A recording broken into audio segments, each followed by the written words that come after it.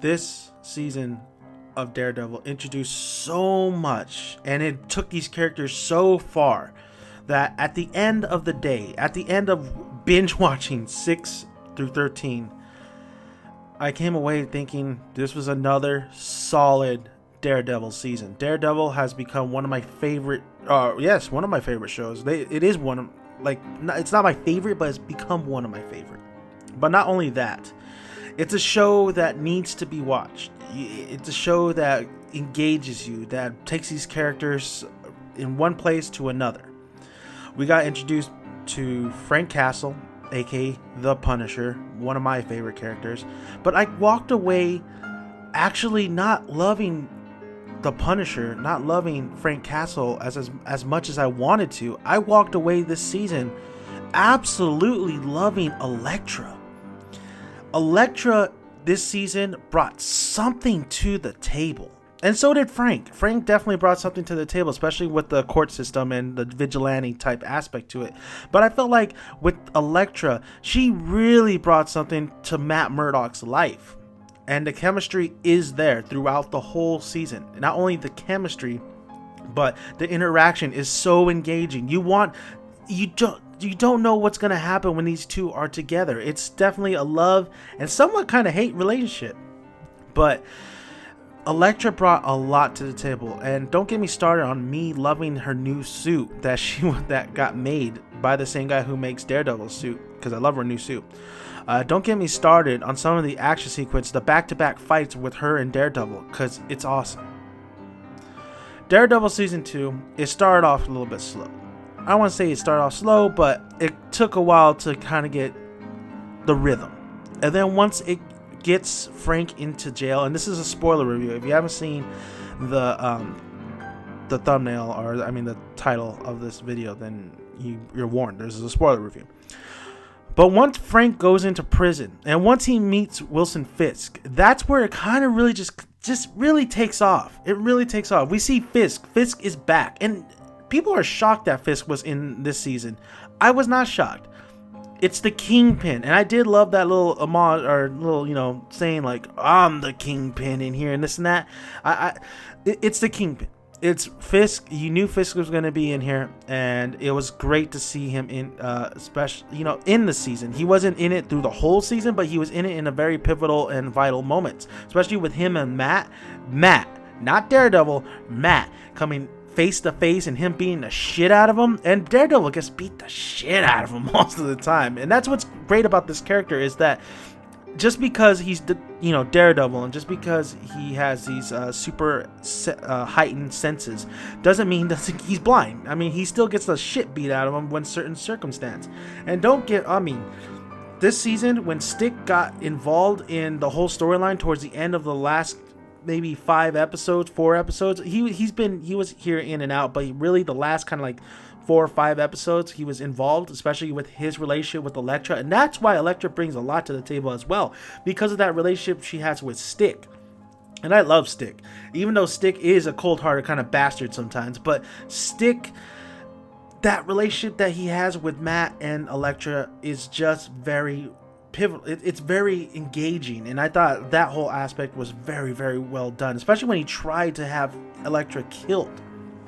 But I'm talking about Elektra, and we'll get to there in a minute. And we should get into Frank Castle, but I'm not gonna. This is a Daredevil. This is the 6 through 13. This is the season. This is a new season where old characters mix with the new characters. We had Claire, and I love Rosario Dawson, and I loved her one scene she had with Matt up top of the rooftop, telling him, "You need to go see your friend. He's shot, he's shot. He needs you. He needs you. Even though you think he's better off without you." If you push away the people you love, you're done. You're done. And I love Claire and what she was telling Matt and how she was saying that. So I believe that was just fantastic. And I would love to see more of her character. She quits pretty much the hospital she's working at. There's a lot of shit. Her friend dies in the process with these ninjas, the Nabu clan. It's just great. I think her character is really, really great. And I wish this season had a little bit more of her, because I think she is a very good character, and she is very relatable. She's very strong-willed. She's not strong physically. She did help Daredevil a little bit, but overall she's very strong-willed, and she's a very very a character that needs to be there. Matt needs her. Maybe not all the time, but he needs her sometimes, and I thought that was great. But the relationships that we need to really talk about, and where the characters come and go is, and you see the dissolvement, the disbandment of the trio, and I'm talking about Karen, Matt, and Foggy. Now, in the beginning of the season, we did see them together. They still have their firm. They took the case for Frank Castle, and it didn't go so well. Frank just went crazy. He went wild. Hell, he broke out of prison, and I'll get to that in a minute. But the real issue is how Matt wasn't really even there for Foggy, wasn't even there for Karen when they were taking this case. And it wasn't even, they didn't even want to take this case. Matt wanted to take this case. And I felt so bad for them. It made me really feel for, Foggy and Karen. It really made me feel for the relationships that they formed already. And not necessarily the romantic one with Karen or Matt, but the friendship, the bond that they had, especially with Foggy and Matt, and the falling out that they had. And Foggy having to deal with Matt being a vigilante, being the second, secret identity, and him keeping it. So, and him worrying about if he's alive or dead, especially when he went up to Claire and said, I need to know if, our mutual friend has been around here. It was just very disheartening to see the process, because it was a slow process. You would think like, okay, they're fighting, they're separate, but they're gonna get back together. The firm's gonna get back together. It's gonna be Nelson and Murdoch back again, but it's not. It doesn't happen. It doesn't happen at the end. And that's what makes me very happy but very sad at the same time, because they're not afraid to disband this trio, even though we formed a great bond, a great relationship with them, even though we liked them all together. Say what you want to say about individual characters, but the bond that these three had was actually really special, and they really did. You really got the sense that they all really cared about each other, especially when they go to the bar. I thought that was great when Foggy closes out the bar and says, this is the last time. And I thought it was really fantastic to see that, yes, they disbanded, and I believe they still have that bond, but it's just they're disbanded and they can't be working together anymore. I love the fact that Foggy went to another firm, and that firm happens to be, of course, the woman who I can't remember her name, but she was in Jessica Jones. So now he's working for her, and he's going to meet Jessica Jones. So at some point, Jessica Jones is going to get involved with Daredevil, because Jessica Jones is involved with that lady, and that lady is involved with Foggy, and Foggy is involved with Matt. Like, it's just going to happen, and it's already set to happen. And then we have Karen. I love the move they made for Karen. As much as I think I started to like her character a little bit more, just because it fits her. How she was a reporter. She was because she was great at digging in information. She was really great at that. But now it just all comes together when she took the place of pretty much, I think his name was Ben, she's now working for that kind of newspaper place. And I love that. I love how they set that up, and I love how it's a done deal pretty much. I also love the fact that, listen, yes, Matt he's torn apart here. He's torn apart. He knows that he's trying to figure out if this is him. He's trying to figure out his life, and he knows that Daredevil it's him. And I love that conversation he has with Elektra towards the end, I think episode 13. I love that conversation where he says, when I'm with you, I could be, myself. That's just how it is. So great, absolutely great process with Matt as well, because Matt, you could just saw him just struggling to keep his ordinary normal life and still being a vigilante. This is his city. He wants to protect the city. He has to keep fighting. It's a lot like Batman as well, where these relationships that he forms, people get hurt. He wants to form a relationship. He wants to be with people, but he knows if he does, then he can't do what he needs. He knows that is part of him, and that's saving people. That's keeping the city clean. Going from there to Frank. Now, Frank as definitely the Punisher. I did like John Berthal's take on it. I did feel like I wanted a little bit more. I still feel like that's not the Punisher I kind of see in my head, or the Punisher that I kind of was hoping for. Don't get me wrong, he did a fantastic job. I did like the whole case that was going on there. I felt his outbursts were just insane and stuff. Some of his fights and stuff, he got his ass kicked a lot. And I mean, the whole season he was bruised and battered. Like, he always had bruises on his face, so he was getting worked, son. He's not as much of a badass as I thought he was. Honestly, I think they could have showcased that a little bit more better. I know they should, he's shooting up people, he's kicking ass with his hand-to-hand combat, but I feel like he could take a step above that. I feel like he is more than that. But I think that's just me.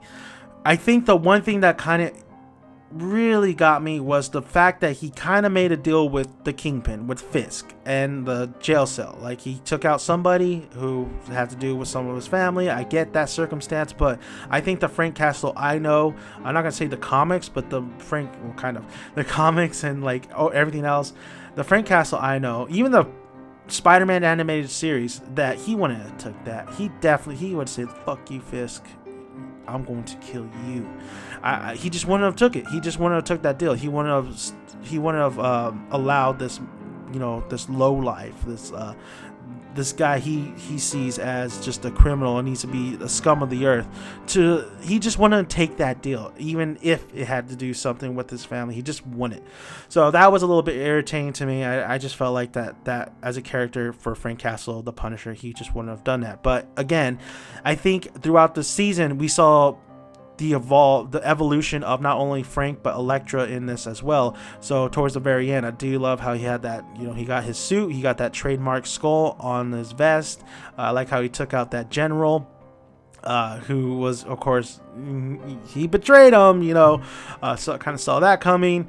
But overall, just closing out, I thought John Berthal's Punisher was good, but I think it leaves me wanting a little bit more from him, and I think this is it was a good way to end it. And just like Star Wars Episode 7, I'm looking forward to the future with the Punisher, and I would love to see his own series as well.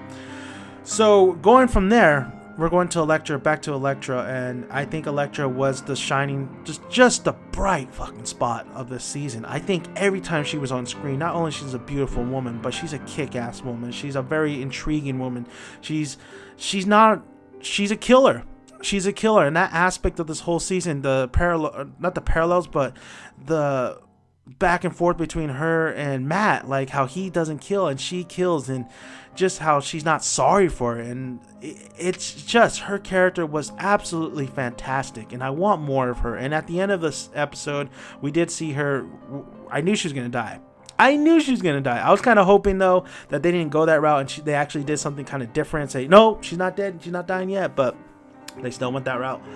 But overall, I thought she was a fucking fantastic piece in this Daredevil season. I thought the whole season was absolutely great. It was another solid season of Daredevil. It really makes me, if you can make me think and make me remember a lot of the moments throughout the season and bring a smile to my face, you did your job. You definitely did your job. And then the fact that Matt has revealed that he is Daredevil to Karen, that aspect of it, don't really give a shit about. I do really give a shit about all the other characters, and especially the Punisher coming in and just shooting one time, killing one of the ninjas real quick, like helping Daredevil. But I felt like it could have been more epic on that part.